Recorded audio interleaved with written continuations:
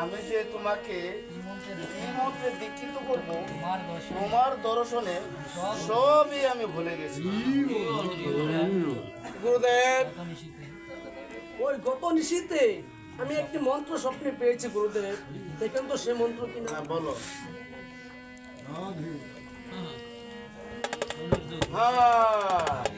এইটাই তো সেই সন্ন্যাসের উপযুক্ত মন্ত্র।